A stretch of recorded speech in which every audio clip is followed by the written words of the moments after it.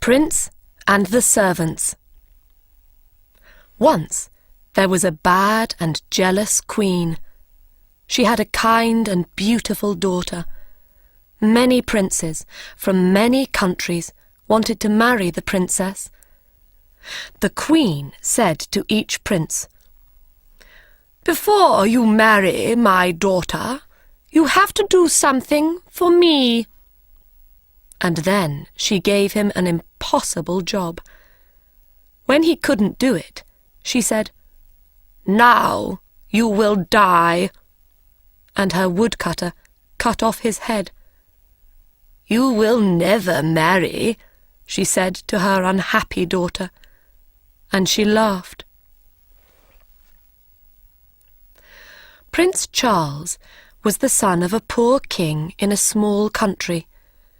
He heard about the beautiful princess. He said to his father, "I want to marry her." "Never!" cried the king. "The queen will kill you. You are my only son. I cannot lose you. There are hundreds of beautiful women in the world. You don't have to marry this one." But the prince was very sad. He couldn't eat. He couldn't sleep. In the end, his father said, "Go then. Go to the princess. I hope you will do better than the other princes. I hope I will see you again." The prince was very excited, and he danced round his rooms. He ate a lot of food and got strong again.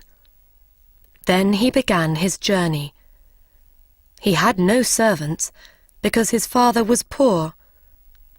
"I'll find servants on the way," he said. After a short time, the prince saw a small mountain. "What is that mountain?" he thought. "It wasn't there before." He went nearer. It wasn't a mountain. It was a very fat man on his back, asleep. The prince went near him, and the fat man woke up. "What are you doing here, fat man?" asked the prince. "I was asleep," said the fat man, "and now I am not asleep because of you." "Why were you asleep?" "Because I had some food this morning. Now I want my lunch." "What did you eat this morning?" asked the prince. 10 chickens and 100 cakes," said Fat Man. "Will you be my servant?" asked the prince. "Give me food," said the fat man, "and I will do anything for you." So the fat man followed the prince. A short time later on their journey, they found another man. His head was down, and his left ear was on the ground. He looked up. His left ear was very large. "What are you doing, Big Ear?" asked the prince. "I am listening," said Big Ear. "The flowers are opening. The birds are singing in a country over the sea. I can hear them." "What can you hear in the house of the beautiful princess?" asked the prince. "People are crying. Another prince is dead." "Will you be my servant, Big Ear?" "Yes," said Big Ear, "I will." A short time after that, they saw 2 long things by the road. "What are they?" "Trees," said Fat Man. They went nearer. "They're not trees," said Big Ear. "They're arms, the longest arms in the world." A little later, they saw the man's head. "You are a very long person," said the prince. "I can be longer than this," said Long Arms. "Come with me, Long Arms," said the prince. "Be my servant." So Long Arms followed the prince. Next, they saw a man with a hand over one eye. "Is there something in your eye?" asked the prince. "No," said the man. "I can see a long way. I can see through things, buildings, mountains, water. When something is near me, I have to put my hand over one eye. Then I can see it." "Come with me, Quick Eyes," said the prince, "and be my servant." And Quick Eyes followed the prince. They went on their journey, and the sun got very hot. The prince opened his coat. They came to a man by the road. He wore 2 thick coats and a large hat. They could not see his face. He said, "I am cold, cold, cold." "Why are you cold, cold man?" asked the prince. "The sun is very hot, and our coats and shirts are open. We are hot." "When I open my coat," answered Cold Man, "the sun disappears. It snows. Everything dies of cold." "Come with me," said the prince, "and be my servant. But please don't open your coat." Cold Man went with the prince. Prince Charles and his servants arrived at the city, and the prince went to the queen. "I want to marry the princess," he said. "What do I have to do?" The queen answered, "You will have to do 3 things. Do them well. Then you can marry the princess." "What is the first thing?" asked the prince. "I have a beautiful blue jewel. Yesterday it fell into the river. Bring me the jewel before the sun goes down." The prince went back to his servants. "How can we find the jewel?" he asked them. Quick Eyes took his hand from his eye. "I will look for it." He went to the river. "There it is, over there." "I can't see it," said Long Arms. Then Fat Man opened his mouth and drank the water in the river. A short time later, the river was dry.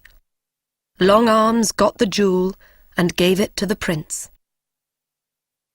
The queen was very angry when she saw the jewel.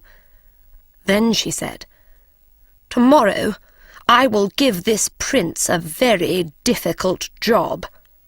She thought hard. She did not sleep that night. The next morning, the prince woke up early. He went to the queen again. "You are hungry after your long journey," she said, with a cold smile. "I have 30 chickens outside. Eat them before 12 o'clock. I do not want to find 1 chicken leg." "Can I invite a friend?" the prince asked. "I do not like eating without a friend." "You can ask 1 friend," said the queen. The prince left. "He will die this afternoon," she said to her daughter, and she laughed. The prince went back to his friends. "Come with me, Fat Man," he said. Fat Man quickly ate the 30 chickens. Then he ate the queen's other animals, the bread in the kitchens, the fruit on the trees, and the vegetables in the ground.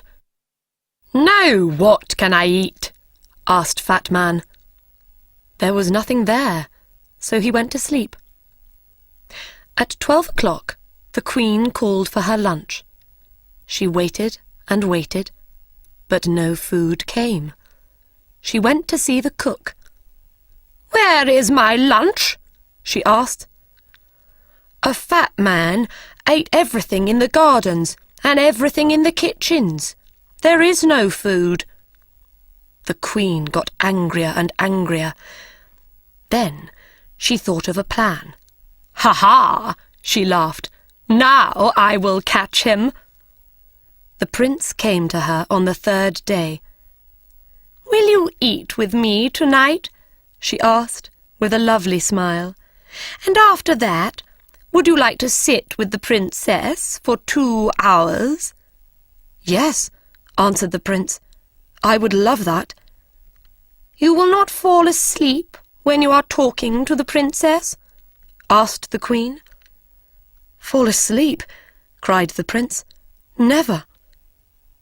"When a person falls asleep with the princess," said the queen, "the princess disappears by magic. Then that person dies." The prince put on his most beautiful clothes. He ate with the queen. Their conversation was very cold. Servants brought wonderful food and wonderful drinks. When the prince turned away for a minute, the queen quickly put something into his glass of wine. The prince did not see. He drank the wine. Then the queen took him to the princess. They climbed up many stairs to a high room. The princess sat sadly by the window. The red light of the evening sun lit up her beautiful face. The river below, the flowers round the window, and her dress were the same colour. The prince sat near the princess. They were very happy for a short time. But the prince's eyes suddenly felt heavy. He started to fall asleep. He couldn't hear the princess's words. His eyes shut. He was asleep. Half an hour later, he opened his eyes again. The princess wasn't there. He looked everywhere in the room, but he couldn't find her. He ran to the window and looked out. He saw Big Ear below. He called to him, "The princess isn't here. We have to find her in the next hour." Long Arms brought the prince down to the ground. "Where is the princess? Can you hear her, Big Ear?" Big Ear put his ear to the ground. "Yes," he said, "I can hear her. She is calling. She says that she is across the river. She is inside a tree. Her mother's men put her there." Quick Eyes looked. "Yes," he said, "I can see her." "But how can we get her?" cried the prince. "I have an idea," said Cold Man, and he opened his coat. Snow fell. Everything went white. Cold Man jumped into the river, and the water was ice. They ran across the ice and brought the princess back. Long Arms put the prince and princess back through the window into the high room. They sat down, and the door opened. The queen came in. She could not speak when she saw the princess. She gave them a cold smile. "We are having a very interesting conversation," said the prince. "We are talking about trees and rivers." "Come with me," said the queen. "It is night. Your bedroom is ready. Your servants can sleep there too." The prince said good night to the princess, and he and his servants followed the queen. She took them to a big room. The queen shut the door. She ran to the cook and said, "Make a great fire under their room." After a short time, the room got very hot. The prince went to the door, but he couldn't open it. "I can hear a great fire below us," said Big Ear. "This is wonderful," said Cold Man. "I feel really warm for the first time in my life." "Open your coat, Cold Man," said the prince. When Cold Man opened his coat, the room got colder again. "That's better," they said. The Queen listened at the door. She heard them. She ran to the cook and said, "Make the fire hotter." Cold Man smiled. "I am warm again," he said. "They are cooking us," said the other servants. "Take off your coat," said the prince. The prince took Cold Man's coat away. "I am too cold," said Cold Man. "Please give me back my coat." Snow fell in the room. The prince could not speak because he was too cold. Fat Man cried. There was ice in his hair. The Queen came to the door. She listened. Nothing. "They are dead now," she said. She opened the door. The prince and his servants ran out of the room. "Let's go and sit by a fire," said the prince. "My face and hands are blue with cold." The Queen could not win. She knew that now. So she left the country. The princess married the prince, and they lived happily. And the good servants lived with them.